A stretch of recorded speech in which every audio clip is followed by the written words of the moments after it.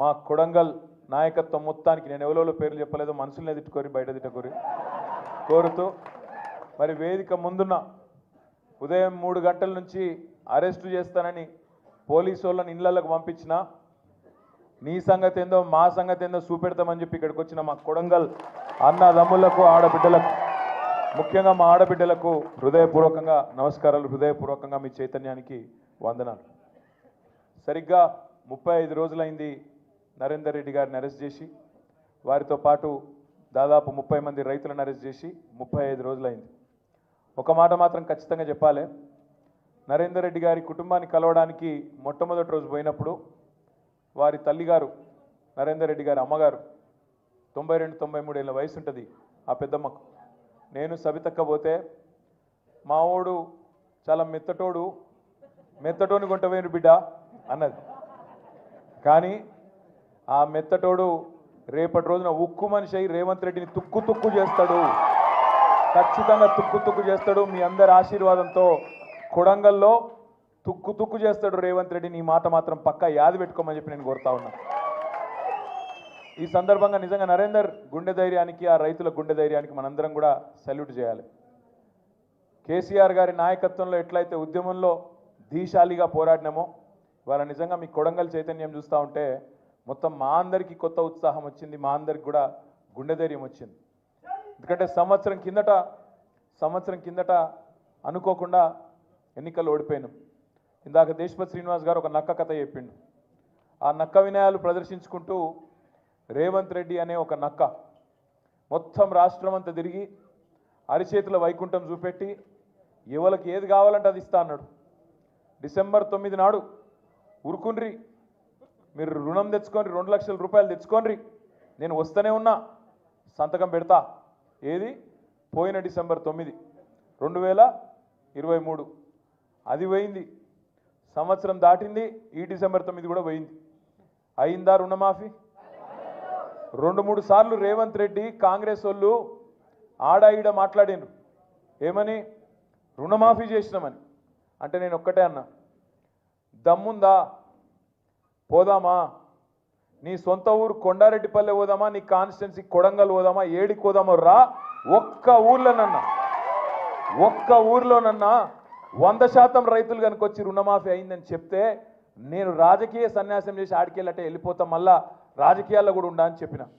కానీ ఆయనకు కూడా తెలుసు, నాకు కూడా తెలుసు, మీకు కూడా తెలుసు, చూసేటోళ్ళు టీవీలలో చూసేటోళ్ళకు కూడా తెలుసు, రుణమాఫీ కాలే. ఎంత మోసం అంటే 49,500 కోట్లు మొత్తం కావాలి రుణమాఫీకి. నా లెక్క కాదు. రేవంత్ రెడ్డి ప్రభుత్వంలోకి రాగానే మొట్టమొదటి వారం 10 రోజుల్లోనే state level bankers committee meeting పెట్టిండు, బ్యాంకులతో మీటింగ్ పెట్టిండు. ఎంత కావాలి పైసలు రుణం మాఫీ చేసినందుకంటే 2 లక్షల రుణం. వాళ్ళు చెప్పిర్రు 49,500 కోట్లు సార్ అని చెప్పారు. ఏమైందో ఏమో తెలియదు. 10-15 రోజులకు రేవంత్ రెడ్డి ఎక్కడో మాట్లాడుకుంటే చెప్తున్నాడు, ఒక్క సంవత్సరం మేము కడుపు కట్టుకుంటే చాలు 42,000 కోట్లు మాఫీ చేస్తా అన్నాడు. 7,000 కోట్లు అప్పటికే ఎగిరిపోయినాయి. 10 రోజులకే మార్చిన ఆయన 7,000 కోట్లు ఎగిరిపోయినాయి. ఒక 15-20 రోజుల తర్వాత క్యాబినెట్లో పెట్టిర్రు రుణమాఫీ అని. 42,000 కోట్లు ఆయనతో సడన్గా 31,000 కోట్లు అయింది. 11,000 కోట్లు అక్కడ పోయినాయి. మళ్ళా తర్వాత బడ్జెట్లో పెట్టిండ్రు, బడ్జెట్ 26,000 కోట్లే అన్నారు. మరి ఏడవైంద్ర నాయన 49,000 కోట్లు 26,000 కోట్లు ఎట్లయింది అంటే చెప్పేదానికి ఎవరు రెడీగా లేరు.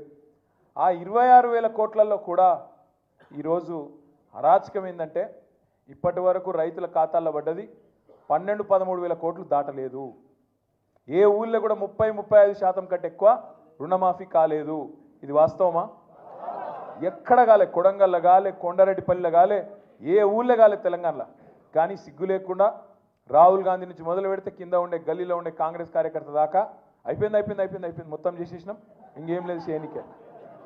నేను అడుగుతున్నా, ఒక్కరోజు ఇవ్వాలని అధికారం ఉంది కాబట్టి, నేను టీవీలు చూపెడుతున్నాయి కాబట్టి, నువ్వు మొరుగుడు పేపర్లు రాస్తుండ్రు కాబట్టి ఏది పడితే అది మాట్లాడుతున్నావు. రేపు మళ్ళీ ఓట్ల కోసం రైతుల కాడికి పోయినప్పుడు పంచాయతీ ఎన్నికల్లో, జిల్లా పరిషత్ ఎన్నికల్లో ఇదే రైతులు నీకు బుద్ధి చెప్పరా, బుద్ధి చూపెట్టరా, వాళ్ళ తత్తా చూపెట్టరా అని యాడ్ చేసుకొని అడుగుతా ఉన్నా. ఎన్ని రోజులు అబద్ధాలతో గడుపుతావు? నువ్వే కదా చెప్పినావు. ఏమన్నావు నువ్వు అన్నాడు? కేసీఆర్ 10,000 ఇస్తున్నాడు బిచ్చమేసినట్టు, నేను 15,000 వేస్తా అన్నాడు. ఇప్పుడు ఆ 10,000 వేస్తుండా కనీసం? వానాకాలం రైతు బంధు ఎగ్గొట్టినోడు ఎవడు? రేవంత్ రెడ్డినా? అందుకే అన్న వస్త్రం కోసం వస్తే ఉన్న వస్త్రం పోయిందంటారు. అట్లా అయింది ఇవాళ తెలంగాణ రైతాంగం పరిస్థితి. బాధపడుతున్నారు. కొడంగల్లో కూడా రేవంత్ రెడ్డి ఓటేసిన ప్రతి రైతన్న బాధపడుతున్నాడు. రాష్ట్రంలో ప్రతి రైతు బిడ్డ అయ్యో బంగారం అసొంటి కేసీఆర్ ప్రభుత్వాన్ని పోగొట్టుకొని వీళ్ళని తెచ్చుకున్నాం, పాలిచ్చే బర్రెనిడ్చి పెట్టుకొని తన్నే దున్నపోతుంది తెచ్చుకున్నామని చెప్పి వాళ్ళందరూ బాధపడతా ఉన్నారు. ఇది వాస్తవం. రాష్ట్రంలో ప్రతి రైతు బాధపడుతున్నాడు. ఒక్కరు నువ్వు నేనని కాదు, రాష్ట్రంలో ప్రతి ఒక్కరు బాధపడుతున్నారు. ఇప్పుడు అక్క చెప్పింది, మేము హైదరాబాద్లో ఆడనో ఇన్నో తిరిగేటప్పుడు ఊళ్ళలో పోయేటప్పుడు ఆపి అడుగుతున్నారు. మొన్న నేను గిడ అసెంబ్లీకి నుంచి వస్తున్నా, ఇంటికి ఆఫీస్కి వస్తున్నా, ఆడ సిగ్నల్ పడ్డది, ఆగితే పక్కకు ఒక ఆటో వచ్చింది. ఆటో వస్తే ఆయన హలో అన్నా అని చెప్పి నమస్తే అన్నాడు, అద్దం దించు అన్నాడు. దించగానే సాబ్ మేరా నామ్ మహమూదే అన్నాడు. कैसे हो भाई अन्ना? क्या हालत है साहब? बर्बाद हो गया सब कुछ। कहीं को क्या हो गया अन्ना? अरे इन्हों आके पूरा बर्बाद कर दिए साहब। अन्ना का फिर क्या करना అంటే कुछ करो ना साहब అన్నాడు. क्या करना? एक वोट का सजा 5 साल है ना भाई, क्या करना అన్నా. అంటే ఆయన ఏమన్నాడు ఎరికేనా? మహమూద్ कोई तरकीब नहीं है क्या साहब? ఏం ఉపాయం లేదా అంటుండు. ఇది ఒక మహమూద్ ముచ్చట కాదు, ఇది రాష్ట్రంలో అందరి మనసులకు ఇదేముంది, ఏమైనా ఉపాయం ఉన్నదా ఈ సన్నాసి నాయన తోకలపడాలని.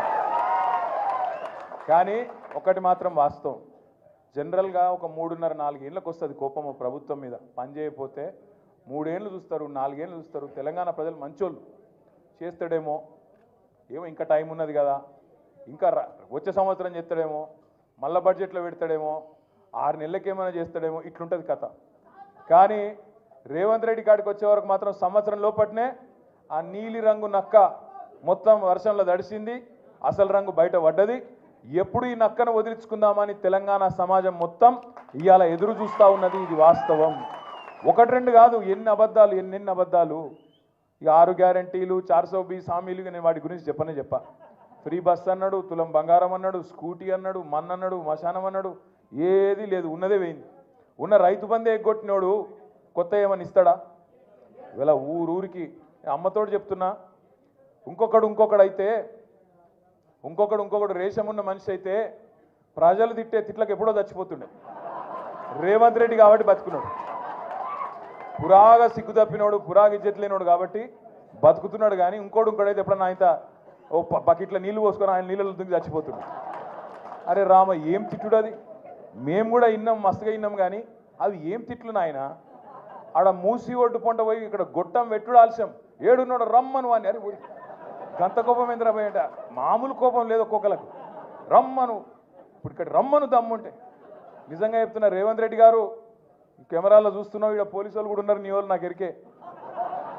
రేవంత్ రెడ్డి యాది పెట్టుకో, యాడికి పోయినా ఒక 500-600 మంది సెక్యూరిటీని పెట్టుకుని, లేకపోతే మాత్రం ఈ బలగొట్టేటట్టున్నారు ప్రజలు. ఎక్కడికి పోయినా మాట్లాడతారు, అక్కడక్కడ డైలాగులు కొడుతుంటారు రేవంత్ రెడ్డి. మగోడి అయితే రా, అప్పుడప్పుడు ఆగురా అయ్యాను, మీలోలేదు చెవులలో మీలోలేందిరా పోయి ఆగు. అక్కడక్కడ మాట్లాడుతుంటాడు. కేసీఆర్ దమ్ముందా అంటాడు. కేసీఆర్ అంటాడు. నేను అంటున్నా, కేసీఆర్ కావాలంటే ఈయనకు మన సోషల్ మీడియాలో పోస్టులు పెట్టే పిల్లగానే తట్టుకోలేకపోతుండే ఈయనకట కేసీఆర్ కావాలన్నాడు. అవసరమా? ఈ చిట్టినాయుడు గింత మనిషి వీడు, వాడు మళ్ళీ చిట్టెలుక గాయన కంటే కేసీఆర్ కావాలన్నట. అందుకే మేము చెప్పినాం మొన్న, అంత లేదు నీకు, చేతనైతే అక్క అడిగింది. ఇలా పొద్దున జగదీష్ అన్న కూడా చెప్పిండు. ఏం చెప్పిండు? ఇప్పుడు అసెంబ్లీ నడుస్తుంది కదా, రేవంత్ రెడ్డి గారు నాకు ఈ భాష ఇష్టం ఉండదు నిజంగా చెప్పానంటే, కానీ తప్పదు. నాకు నిజంగా అప్పుడప్పుడు నాకు ఇష్టం ఉండదు. నేను చదువుకున్నా, రేవంత్ రెడ్డి లెక్క నేను ఆడ ఆవారా తిరిగినోని కాదు. చదువుకున్నా, కష్టపడ్డా. నేను ఎక్కడో పోయి బయట దేశంలో పోయి కొంత ఉద్యోగం సంపాదించుకున్నా, కొంత పేరు సంపాదించుకున్నా, నాకు ఇష్టం ఉండదు. కానీ ఇక కుక్కగాడుకు చెప్పు దెబ్బ అన్నట్టు ఇష్టంటోళ్ళకి ఇట్లే చెప్తేనే అర్థమవుతుంది. అందుకే చెప్తున్నా, రేవంత్ రెడ్డికి అడుగుతా ఉన్నా నేను, రేవంత్ రెడ్డి నువ్వు నిజంగానే మగాడివే అయితే అసెంబ్లీ నడుస్తుంది కదా, 15-20 రోజులు పెట్టు.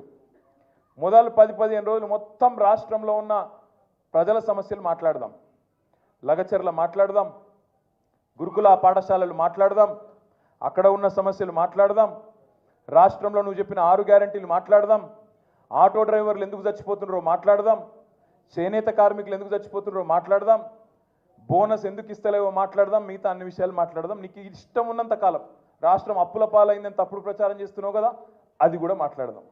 నువ్వు నిజంగానే మొగాడివి అయితే 10 రోజులు ఇదంతా ఒడిచిపోయినాక మిగిలిన 4-5 రోజులు ఉన్నాయి కదా, ఈ స్కాము ఆ స్కామ్ అంటున్నావు కదా, మొగోనివైతే అసెంబ్లీలో చర్చ పెట్టు, అక్కడనే సమాధానం చెప్తా నీకు, అసెంబ్లీలోనే చెప్తా ఉన్నా.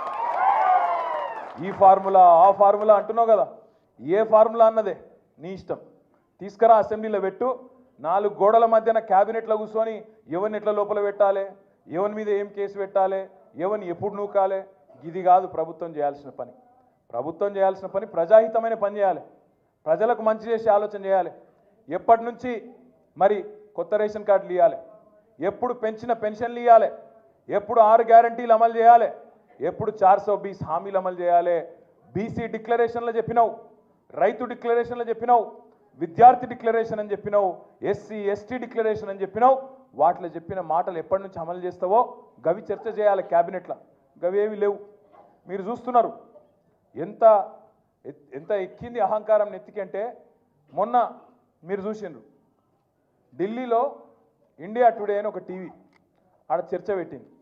రేవంత్ రెడ్డి వేయండు, పోతే అక్కడ అడిగినరు వాళ్ళు, ఏం సార్ నువ్వు ఎవరిని పడితే వాళ్ళని జైల్లో పెడుతున్నావట, ఏం సంగతి అంటే, నేను ఎవరిని పెట్టినా అన్నాడు. మరి లగచర్ల రైతులను పెట్టినావు కదా, 30-40 రోజులకెళ్ళి వాళ్ళు ఉన్నారు కదా అంటే, వాళ్ళు కొట్టినరు, కలెక్టర్ని కొట్టినరు మాట్లాడతాడు. కలెక్టర్ ఏమో నన్ను ఎవడు కొట్టలేదని చెప్తాడు, కలెక్టర్ ఏమో నా దాడే జరగలేదు, కొట్టనే లేదు ఎవడని కలెక్టర్ చెప్తాడు. కానీ రేవంత్ రెడ్డి మాత్రం కొట్టినరు అని చెప్తా ఉన్నాడు. నేను ఒక్క మాట అడుగుతున్నా, దయచేసి మీరు గుర్తుపెట్టుకోండి. ఒక లగచర్లలో రైతులనే కాదు, ఇలా సోషల్ మీడియాలో పోస్టులు పెట్టే పిల్లలకు ఎస్ఐలు ఫోన్ చేస్తున్నారు, సిఐలు ఫోన్ చేస్తున్నారు, డిఎస్పీలు ఫోన్ చేస్తున్నారు. నేను చెప్పేది కరెక్టేనా? ఫోన్ చేసి బెదిరిస్తున్నారు. ఎందుకు బిడ్డ మీకు లోపల పెడతాం, కేసులు పెడతాం, లోపలేస్తాం అని మాట్లాడుతున్నారు. ఇప్పుడే ప్రవీణ్ గారు చెప్పినట్టు కోస్గిలో మీరు ఇక్కడికి వస్తుంటే, హైదరాబాద్లో మీ పార్టీ ఆఫీస్కి మీరు వస్తుంటే, మీ ఇంటికి మీరు వస్తుంటే ఆడబెట్టి మీ మీద పీడీ యాక్ట్ పెడతాం, లోపలేస్తాం అని బెదిరించుడు. దాంతోపాటు గా ఎల్ఎన్టీ అనేది ఒక పెద్ద కంపెనీ, హైదరాబాద్లో మెట్రో కట్టిరు. ఆయన మొన్న మదినప్పుడు హైదరాబాద్కి వచ్చిండు. వచ్చి ఆయన విలేకరులతో మాట్లాడుకుంటూ ఒక మాట అన్నాడు. ఏమన్నాడు? ఈ ఫ్రీ బస్సు పెట్టినాక మాది కొద్దిగా తగ్గింది గిరాకీ అన్నాడు. అంటే రేవంత్ రెడ్డి ఏమంటాడు ఎరికేనా, నూక్కుని రావని లోపల అంటాడు. అరే అది ఉన్నది ఉన్నట్టు చెప్పుడు కూడా తప్పేనా? చెప్పుడే కాదు, ఇండియా టుడే టీవీలో చెప్తుండు అని నూకుమన్నా, నేను నూకుమంటే వాడు బొంబాయి వారిపోయింది అంటుండు. అంటే ఇక నీకు ఎవరు ఖిలాఫ్ ఆఖరికి పాపం. కానీ ఇది ఏం తప్ప, ఇంకా యాక్టరు, సినిమా యాక్టరు, ఈయన పేరు మర్చిపోయిండు. ఆయన చెప్పేటప్పుడు పేరు మర్చిపోయిండు. తెలంగాణ సీఎం అని చెప్పి అడిగి చూసిండు కొద్దిగా. మనవానికి ఆయన ఎక్కడన్నా తలిగింది. అయితే నేనేమంటున్నా, గింత అన్యాయం అని పేరు మర్చిపోతే జైలు పెడతావు. ఇక గట్ల తయారైండు మన చిట్టినాయుడు. నేనేమంటున్నా, దయచేసి మీ అందరికి ఒకటే కోరుతున్నా, మీకు ఇవాళనే నాంపల్లి కోర్టులో పట్నం నరేందర్ రెడ్డి గారిది, అదేవిధంగా 27 మంది రైతులది మొత్తం నిన్న ఇవాళ వాదనలు మొత్తం అయిపోయినాయి. అన్న చెప్పింది కరెక్ట్, ఆర్ఎస్ ప్రవీణ్ అన్న. 20-24 రోజులు ఆడికెళ్ళి వికారాబాద్ కోర్టుకెళ్ళి ఇక్కడికి ఫైల్ రాలే. అప్పుడు మళ్ళీ పీపీ లేకుండే. మళ్ళా మన పట్నం నరేందర్ రెడ్డి భార్య శృతి, తర్వాత మన నాయకులు, మన లాయర్లు, మన లీగల్ సెల్లోళ్ళు పాపం అందరు తనలాడి ఆడ హైకోర్టులో రిజిస్ట్రార్ దగ్గర పోయి ఇట్లా ఉన్నది పరిస్థితి, 20-24 రోజులు అమాయకులు పాపం వాళ్ళు జైల్లో ఉన్నారు, ఇది అన్యాయం అంటే నిన్న ఈరోజు వాదనలు పూర్తయినాయి. మరి అన్నీ అనుకూలిస్తే అంతా మంచిగా జరిగితే రేపు తీర్పు వెలువడే అవకాశం ఉంది. మంచి జరగాలని చెప్పి మనస్ఫూర్తిగా ఆశిద్దాం, మంచి జరగాలని మనస్ఫూర్తిగా అందరం కోరుకుందాం. దబ్బన మనకు అనుకూలంగా తీర్పు రాకపోతే వెంటనే హైకోర్టుకు పోదాం, అవసరమైతే సుప్రీంకోర్టు దాకా కూడా పోదాం. వదిలిపెట్టద్దు, ఎట్టి పరిస్థితుల్లో రాజీ పడద్దు. ఒక్క మాట నేను మిమ్మల్ని కోరుతా ఉన్నా. మేము పోయినాం, సంగారెడ్డి జైలుకి పోయినాం, చెర్లపల్లి జైలుకి పోయినాం, ఎక్కడైతే నరేందర్ అని ఉన్నాడో పోయి కలిసినాం. మీ నాయకుడు ఎంత గొప్పవాడంటే పట్నం నరేందర్ రెడ్డి, మేము చెర్లపల్లి జైలుకి పోతే నేను, సబితక్క, మహమూద్ భాయ్, ఇంకా మా లక్ష్మారెడ్డి గారు అందరం పోతే శ్రీనివాస్ గౌడ్ సాబ్ కూడా వచ్చిండే. ఏమన్నాడు ఎరికైనా నరేందర్ రెడ్డి, అన్నా నా గురించి విడిచిపెట్టండి అన్నా, ఆ రైతులను విడిచిపెట్టండి, రైతులను జల్దీ బయటికి తీసుకొచ్చే ప్రయత్నం చేయండి, నేను మంచిగానే ఉన్నా, నాకేం కాదు, వాళ్ళని చూసుకోండి మీరు అని చెప్పి మీ నాయకుడు పట్నం నరేందర్ రెడ్డి గారు మాకు చెప్పిండు. ఒక అంత గొప్ప నాయకుడు మీకున్నాడు, మీ కొడంగల్లా, భయపడే అక్కర్లేదు. రెండవది, ఈ అంశాన్ని ఇక్కడితో వదిలిపెడతామని చిట్టినాయుడు అనుకుంటే ఆయనంత పిచ్చోడు ఎవడు లేడు. ఖచ్చితంగా ఢిల్లీలో పార్లమెంట్లో కూడా ఈ అంశాన్ని లేవనెత్తుతాం, రాజ్యసభలో కూడా మన గొంతు విప్పుతాం. మిగతా వాళ్ళు కలిసి రాకపోవచ్చు గాక, బీజేపీ వాళ్ళు మాట్లాడరు, ఇంకొకడు మాట్లాడాడు, కాంగ్రెస్ వాడు ఎవడు మాట్లాడాడు, ఎవరు మాట్లాడరు. ఎవరు మాట్లాడకపోయినా తప్పకుండా కేసీఆర్ గారి దండుగా, కేసీఆర్ గారి దళంగా, తెలంగాణ గలంగా మనమే మాట్లాడతాం, మనమే కొట్లాడతాం. ఇక్కడ లగచర్ల బిడ్డలకు న్యాయం జరిగేంత వరకు వదిలిపెట్టమనే మాట కూడా నేను విజ్ఞప్తి చేస్తా ఉన్నా. ఇంకొక మాట కూడా మీకు తప్పకుండా ఈ సందర్భంగా నేను చెప్పాలి. వాళ్ళు రేవంత్ రెడ్డి హుంకరిస్తున్నాడు, వాళ్ళ అన్నగాడు తిరుపతి రెడ్డి, ఆ మండల కాంగ్రెస్ పార్టీ ప్రెసిడెంటు అందరు కలిసి ఇవాళ ఏం చేస్తున్నారు, లెక్కబెట్టి దాడి చేసింది అనుకుంటా ఓ దిక్కు ఆరోపణ చేసుకుంటా, అందులో ఆ రోజు నిరసనలో పాల్గొన్న వాళ్ళల్లో కాంగ్రెస్ వాళ్ళు ఉంటేనేమో వాళ్ళని పక్కకు పెట్టిండ్రు, వాళ్ళని అరెస్ట్ చేయలే. వాళ్ళ మీద మరి ఫోటోలలో వాళ్ళకి స్పష్టంగా కనబడుతున్నా వాళ్ళని ముట్టుకోలే. కానీ మనోళ్ళని తీసుకుపోయి 47 మంది మీద కేసు పెట్టి ఇప్పటికి 27-28 మందిని అరెస్ట్ చేసి ఇంకొక కొంతమందిని కూడా పట్టుకొచ్చే ప్రయత్నం చేస్తున్నారు. ఇంకా మళ్ళీ హుంకరిస్తున్నాడు రేవంత్ రెడ్డి, మీ దెబ్బకు వెనుకకు తగ్గిండు. లగచర్లలో మొదలు ఫార్మా అన్నాడు, ఇప్పుడు ఫార్మా వెనుకకు తీసుకుంటున్నాను ఒక దిక్కు చెప్పి కుడి చేత్తోని వెనుకకు తీసుకున్నాడు, ఎడమ చేత్తోని ఇండస్ట్రీ జోన్ అట, ఇండస్ట్రియల్ జోన్ పెడతా, మా కొడంగల్లో పరిశ్రమలు పెడుతుంటే కొంతమంది సన్నాసులు మాట్లాడుతున్నారు అని చెప్పి మొన్న అక్కడెక్కడ మాట్లాడిండు. ఒక దిక్కేమో ఆయన్నే అంటాడు, తొండలు గుడ్లు పెట్టని భూములు మా కొడంగల్ భూములు, అక్కడ నేను పరిశ్రమ పెడుతుంటే మీకు ఏమైంది అంటున్నాడు. అనగానే నిజంగా నాకైతే మనసులో ఎక్కడో నొచ్చుకున్నది. అరే కొడంగల్ రైతులు ఎవరన్నా మాట్లాడతారా అనుకున్నా నేను. ఒక అమ్మాయి, ఒక ఆడపిల్ల, ఆ అమ్మాయి మాట్లాడింది, ఆ అమ్మాయి వీడియో పెట్టింది తెల్లారికి, తొండలు గుడ్లు పెట్టవన్నావు కదా, మరి ఇది ఏందా అని వడ్లు ఇట్లా చేతిలో పట్టుకొని, ఇవేందా రేవంత్ రెడ్డిగో నేను చేన్లో నిలబడ్డా, ఇవేంటి వడ్లు కాదా, ఇవి తొండల గుడ్లా అని చెప్పి ఆమె అడుగుతుంటే మరి ఆ చైతన్యానికి నిజంగా కూడా సలాం కొట్టాలనిపించింది. ఇవాళ నేను మీతో మనస్ఫూర్తిగా కోరేది ఒకటే, వాళ్ళ అన్న ఉన్నాడుగా తిరుపతి రెడ్డి అనే ఒక అరాచక శక్తి, పోలీసు వాళ్ళని వేసుకొని అధికారులను వేసుకొని, వాడు మెంబర్ కూడా కాదు కనీసం, వాడేదో పెద్ద పీకుడు గల్లగా తిరుగుతున్నాడు అక్కడ. నేను ఆగది ఇదేం మేము చూస్తాం. ఎవడు నువ్వు చెప్పేందుకు అసలు? నువ్వు వార్డు మెంబర్ కాదు, సర్పంచ్ కాదు, ఎంపీటీసీ కాదు, జెడ్పీటీసీ కాదు, కౌన్సిలర్ కాదు, ఏ పదవి లేదు. నువ్వు వచ్చి అంతు చూస్తాం, మేము ఖచ్చితంగా పెట్టి తీరుతాం, వెనుకకు దగ్గం. అసలు ఎవరు నువ్వు చెప్పేందుకు? ముఖ్యమంత్రి అన్న అయితే ఇక మొత్తం ఆ నియోజకవర్గానికి రారాజా, చక్రవర్త. అందుకే తిరుపతి రెడ్డికి కానీ ఇలా కాంగ్రెస్ నాయకులు ఎవరైతే అహంకారంతో విర్రవీగుతున్నారో వాళ్ళని ఒక్కటే ప్రశ్న అడగండి. అంటున్నాడు కదా రేవంత్ రెడ్డి, నేను కొడంగల్లో పరిశ్రమలు పెడుతుంటే మీకు ఎందుకు ఇబ్బంది అవుతుంది అని మాట్లాడుతున్నాడు. ఇలా కొడంగల్ భూములు ఎవరి కోసమో మీకు ఎరికే కదా, అదాని కోసం అల్లుని కోసం తీసుకుంటున్నాడు, అదాని కోసం అల్లుడి కోసం తీసుకుంటా ఉన్నాడు. అదాని సిమెంట్ ప్లాంట్ పెడతాడట, అల్లుడు ఫార్మా కంపెనీ పెడతాడట అక్కడ. నేను అందుకే మీకు నేను విజ్ఞప్తి చేసేది, తిరుపతి రెడ్డి వచ్చినా కాంగ్రెస్ వాడు ఎవడొచ్చినా వాళ్ళకు ఒక్కటే చెప్పండి, పరిశ్రమలు పెట్టి ఉద్యోగాలు ఇస్తా అంటున్నావు కదా, బాగా ప్రేమ ఉంది కొడంగల్ మీద అంటున్నావు కదా, మరి నీకు నీ సొంత నియోజకవర్గం రేవంత్ రెడ్డిది కొడంగల్ కాదు, అక్కడ అచ్చంపేట, కల్వకుర్తి, ఆ ప్రాంతం కల్వకుర్తి తాలూకా. రేవంత్ రెడ్డిని అడగండి, ఆయన కుటుంబాన్ని డిమాండ్ చేయండి, తిరుపతి రెడ్డిని అడగండి. మీకు ఇంత ప్రేమ ఉంటే మీరు ఒక పని చేయండి అన్న, మీకు వెల్దండలో 500 ఎకరాలు జాగుంది కదా, వెల్దండలో ఇప్పుడు అంటున్నావు కదా ఎకరానికి 20 లక్షలు ఇస్తా అంటున్నావు కదా, ఆ 20 లక్షలు ఏదో నువ్వు తీసుకో, 5 లక్షలు మా బీఆర్ఎస్ పార్టీ నుంచి మేము ఇస్తాం నీకు, ఆ భూములలో పెట్టు నువ్వు పరిశ్రమ, అదాని పరిశ్రమ తెచ్చి గన్ల పెట్టు, అనవసరంగా మాకొద్దు ఈ దరిద్రం అని చెప్పండి గట్టిగా. ఎందుకంటే సొంత ఊరు మీద ప్రేమ ఉండాలి కదా, మీ మీద ఇంత ప్రేమ కురిపిస్తున్నానికి సొంత ఊరు మీద కూడా ప్రేమ ఉండాలి కదా, కల్వకుర్తి తాలూకా మీద. అక్కడ పెట్టు మరి నీ భూములలో. రైతులకు ఇస్తానంటున్నావు కదా 20 లక్షలు, నువ్వు తీసుకో 20 లక్షలు, మీదికెళ్ళి 5 లక్షలు బీఆర్ఎస్ పార్టీ నుంచి మేము ఇస్తాం. 500 ఎకరాలు అంటున్నావు కదా, ఎకరానికి ఒక 5 లక్షలు ఇస్తాం, తీసుకో. చేస్తాడా ఈ పని రేవంత్ రెడ్డి? ఇస్తాడా ఆయన భూమి? ఆయన భూమి ఇయ్యడంట, కానీ పేద రైతుల భూములు, గిరిజనులు, దళితులు, బీసీలు, నేను కలిసిన అందరినీ అందులో ఒక పిల్లగాడు పంచాయత్ సెక్రటరీ ఉన్నాడు, ఆయనను కూడా తీసుకుపోయి లోపల వారేసారు. రాఘవేంద్ర యాదవ్ ఆ పిల్లగాని పేరు. నేను అడిగిన, నువ్వేడికెళ్ళి వచ్చినారో భయ?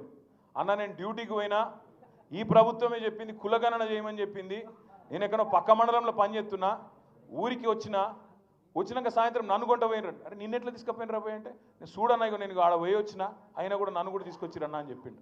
ఒక ఆయననే కాదు, ఇంట్లో కేవలం దళితులు గిరిజనులే కాదు, విష్ణువర్ధన్ రెడ్డి అని ఒక ఆయన ఉన్నాడు, ఆయనకు కూడా 25 ఎకరాలు 30 ఎకరాల పొలం ఉందంట, ఆయనను కూడా పట్టుకపోయినారు. ఈ కులం ఆ కులం అని కాదు, రైతు కులం ఉండదు. ఆ రైతులను ఇవాళ చెరబట్టి, ఆ రైతులను జైల్లో పెట్టి, నేను భూమి నా భూమి నేను ఉంచుకుంటా అన్న ఒకే ఒక్క పాపానికి 35 రోజులు జైలా. మరి ఇట్లాంటి దుర్మార్గుని మనం క్షమించవచ్చా? నేను మిమ్మల్ని మనస్ఫూర్తిగా కోరేది ఒకటే, వాళ్ళు నిజంగా పట్నం నరేందర్ రెడ్డి గారు ఇంతమంది మిమ్మల్ని అందరినీ తయారు చేసిండు. నిజంగా ఈ సందర్భంగా పట్నం నరేందర్ రెడ్డి గారికి కూడా ఒకసారి గట్టిగా చప్పట్లతో వారికి మనందరం అభినందనలు చెప్పాలి.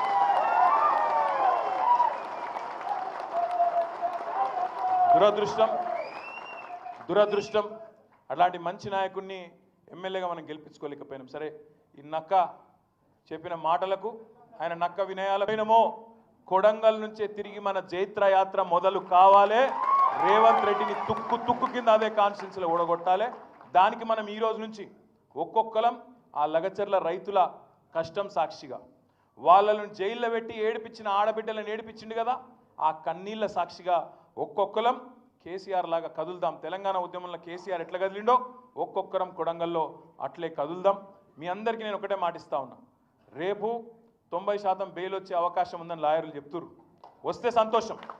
వస్తే సంతోషం, దబ్బన రాలేదనుకో నిరాశ పడకండి, నిరుత్సాహపడకండి, అయ్యో ఇట్లా అని చెప్పి ఆగం కాకండి, కొట్లాడదాం. ఇమ్మీడియట్గా ఎల్లుండే హైకోర్టు కోతాం, హైకోర్టులో ఎంత బెస్ట్ లాయర్ని పెట్టాలనో వాళ్ళని పెడతాం, మీకోసం కొట్లాడతాం, ఇడిచిపెట్టాం, ఎక్కడి దాకైనా పోతాం. మీ విషయంలో మీరు అనుమాన పడద్దు.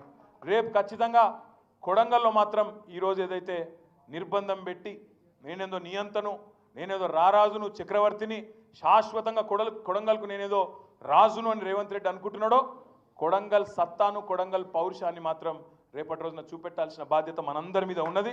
2018లో ఒకసారి మీరు చూపెట్టిండ్రు, కానీ తప్పు మేం చేసినాం. ఏం తప్పు చేసినాం? ఆడ మీరు తన్నుడుదంతే ఇక్కడ వచ్చి మల్కాజ్గిరిలో పడ్డాడు, ఇక్కడ గెలవనీయకపోతే ఇలా లొల్లే ఉండపోతుండే. 5,000 ఓట్లతో అడిమారి గుడి దెబ్బలో గెలిచిండు. ఇక గెలిచినాక ఇప్పుడు ఈ దరిద్రం చుట్టుకునేది మనకు. నేను మీ అందరికి ఒకటే కోరేది, ఎక్కువ టెన్షన్ పడకండి. మీకు మా తమ్ముడు అవినాష్ రెడ్డి కానీ, అదేవిధంగా మిగతా కొడంగల్ నాయకులు, మండల ప్రెసిడెంట్లు కానీ, ఇంకా మిగతా నాయకులు కానీ అందరూ కూడా మీకు అండగా ధైర్యంగా ఉంటారు. నవీన్ ఉన్నాడు, ఇంకా చాలామంది మన జిల్లా నాయకులు కూడా ఉన్నారు. మన అక్క సబితా ఇంద్రారెడ్డి గారు ఉన్నారు, సత్యవతి గారు ఉన్నారు. మీరు ఎప్పుడు పిలిచినా తప్పకుండా, ఇప్పుడు 2 రోజుల నుంచి శాసనసభలో కూడా మీదే నడుస్తూ ఉన్నది, కౌన్సిల్లో మీదే నడుస్తున్నది. 2 రోజుల నుంచి కొడంగల్ తప్ప వేరే మాట ముచ్చట లేనే లేదు. ఇవాళ పొద్దున కొడంగల్ రైతులకు బేడీలేసి సంఖ్యలేసిన దానికి సంఘీభావంగా మన ఎమ్మెల్యేలు కూడా బేడీలు వేసుకొని కదులుతుంటే, దేశంలో ఇవాళ ఉండే ఇంగ్లీష్ ఛానళ్లతో సహా జాతీయ మీడియా కూడా ప్రముఖంగా చూపెడతా ఉన్నది. ఏం జరుగుతున్నది తెలంగాణలో అడుగుతూ ఉన్నది. తప్పకుండా మనం అడగాలి. ప్రవీణ్ గారు అన్నారు, అక్క కూడా అన్నది, నాకు రాహుల్ గాంధీ ఇల్లు అడ్రస్ చెప్పు అని చెప్పి లగచర్ల జ్యోతి అడిగిందని. నిజంగా కూడా అడగాలి రాహుల్ గాంధీని. నువ్వు నిజంగా నాయకుడవైతే రాహుల్ గాంధీ లగచర్లకు రా, కొడంగల్కు రా, ఇక్కడి బిడ్డలతో కూసో, వాళ్ళ బాధ, వాళ్ళ వేదన, వాళ్ళ మనసులో ఏముందో తెలుసుకునే ప్రయత్నం చెయ్యి. రేవంత్ రెడ్డి అనే ఒక మూర్ఖుడు వాడు చెప్పే మాటలు విని ఆగమయ్యి నీ పార్టీ ఇప్పటికే బొందలపడ్డది. నీ కాంగ్రెస్ పార్టీ మళ్ళా తెలంగాణలో కోలుకోలేని విధంగా శాశ్వతంగా రేవంత్ రెడ్డి అనే మూర్ఖుడు దెబ్బతీస్తూ ఉన్నాడు. నువ్వు ఇట్లే పోతే నీ పార్టీ మళ్ళీ లేవని కూడా లేవదనే మాట కూడా వారికి కూడా మనం చెప్పాలి, చెప్పుదాం. చివరిగా నేను ఒక్క మాట చెప్పి నేను మీకు ముగిస్తా. నేను చివరిగా ఒక్క మాట మీకు చెప్తా ఉన్నా, రైతులను, లగచర్ల రైతులను విడుదల చేయాలి. దానికి సంబంధించి ఆ పోరాటం ఆగదు, కొట్లాడుతూనే ఉంటాం. ఇంకా 3 రోజులు అసెంబ్లీ ఉంది, అక్కడ కూడా వదిలిపెట్టాం. అదే మాదిరిగా న్యాయ పోరాటం కూడా చేస్తాం. సలీం చెప్తున్నాడు, కొంతమందిని అరెస్ట్ చేసిండ్రు, మన వాళ్ళని కూడా ఇంకా స్టేషన్లలో ఉన్నారని. ఇప్పుడు ఇక్కడ మేమందరం కూడా ఉన్నాం. ఇప్పుడే ఎస్పీ గారికి, మిగతా అధికారులకు కూడా మాట్లాడతాం. వారిని వెంటనే విడిపించే ప్రయత్నం కూడా చేస్తాము. వారిని వెంటనే మీరు తిరిగిపోయే లోపలనే వాళ్ళని కూడా విడిచిపెట్టే ప్రయత్నం చేస్తాం. చివరిగా కొడంగల్లో ఇంత శక్తివంతంగా మీరున్నారు, దయచేసి జావగారి పోకండి, మీరు ఎక్కడ కూడా నిరుత్సాహపడకండి. మీకు ఎప్పుడు ఏ కష్టం ఉన్నా ఊరికొస్తాం. ఇవాళ వాళ్ళని ఎట్లా చూసుకుంటున్నామో నరేందర్ని కానీ లగచర్ల రైతులను కానీ మిమ్మల్ని కూడా కంటికి రెప్పలాగా కాపాడుకునే బాధ్యత మాది, మా అందరిది. ఇంకొక 2 ఏళ్లలో ఇప్పుడు మీరు చూస్తున్నారు ఏదో కొత్త జమిలి ఎన్నికలను కూడా అంటాను. కాబట్టి దరిద్రం ముందే పోయినా పోతుంది మనకు. అప్పటిదాకా 28 దాకా అవసరం లేదు, ముందే పోయే అవకాశం ఉంది. కాబట్టి మీరు ధైర్యంగా ఉండండి.